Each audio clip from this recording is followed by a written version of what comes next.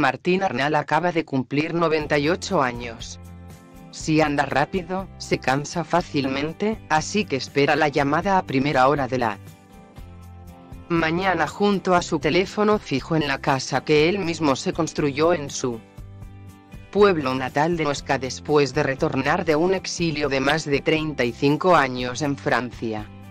Es de los pocos anarquistas con vida que fue movilizado para luchar en la guerra civil, de la que huyó en 1939 hacia Francia para luego retornar a su lugar de origen, una vez que Franco ya había muerto.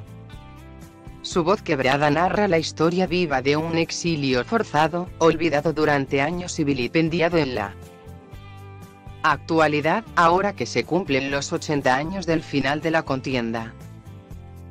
Desde la Fundación Anselmo Lorenzo Fall, el historiador y profesor de la Universidad Complutense de Madrid, Javier Antón ha comisariado una que se podrá visitar hasta finales de noviembre y que recoge cronológicamente las diferentes etapas que los miles de libertarios en el extranjero recorrieron durante su periplo alejados del país en el que lucharon por la libertad y en contra del régimen fascista de Franco. La mayor parte de los anarquistas exiliados pasaron a Francia debido a la porosidad de los Pirineos, ya que muchos se conocían bien la zona por haber luchado en ella, declara el encargado de la muestra. Algo similar le ocurrió a Arnal cuando a los 17 años, en 1938, se vio obligado a marcharse al país galo por primera vez debido a que las tropas franquistas iban a conquistar la zona en la que vivía. En ese, mi primer exilio, caí enfermo, pero en cuanto me recuperé volví a pasar la frontera para entrar en Cataluña, aunque ahí no me llegaron a movilizar porque éramos la quinta del Chupete, aún más joven que la quinta del Biberón, comenta el aragonés. Los anarquistas son vilipendiados por las instituciones. Su segundo exilio, que duraría hasta 1975, empezó un 3 de febrero de 1939. Como tantos otros, este casi centenario anarquista que desde los 15 años está militando en la Confederación Nacional del Trabajo, CNT, tuvo que arreglárselas por sí mismo para poder subsistir. Aunque la mayor parte de los exiliados anarquistas pasaron a Francia, la dispersión fue de grandes dimensiones. Hay referencias de hasta 20 países a los que huyeron, como Argelia, Brasil, Venezuela, Reino Unido o Bélgica, pero sobre todo México y Argentina, reseña Antón.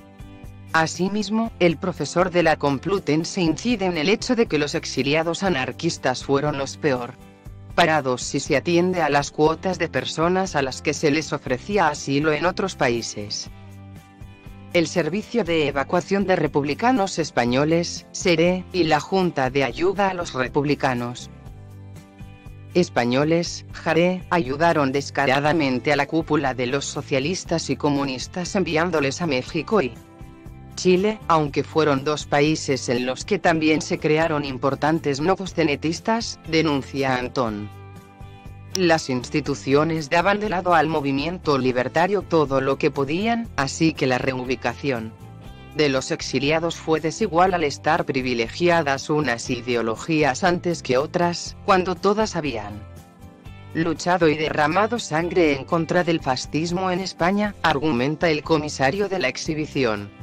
Basándose en las cifras de las que se tiene constancia, en Chile, donde llegaron 2.500 refugiados, únicamente 400 eran anarquistas, y en México, país en el que arribaron más de 3.000 personas procedentes de España, los libertarios tan solo constituían un pequeño porcentaje. Cabe destacar que algunos militantes de la CNT, central sindical que se convertiría en el eje articulador de la lucha anarquista en el exilio, sí que recibieron ayuda. Según Antón, esta ayuda estaba dirigida a los que habían ostentado cargos gubernamentales, en la administración o en estructuras militares, que fueron ayudados y bien reubicados. Al respecto, este profesor universitario cifra que el 90% de los cenetistas tuvieran que buscarse la vida sin ayuda de nadie. Ejemplar exhibido en la exposición del periódico anarquista Solidaridad Obrera publicado en México en 1945. Archivo CNT/FAL. Enfrentamientos en el seno de la CNT. Los militantes de la Asociación Anarcosindicalista quedaron desperdigados por todo el mundo, excepto contra el régimen franquista, integrados en el maquis o la guerrilla urbana. Es en ese periplo de tiempo cuando se da una escisión en el interior de la CNT.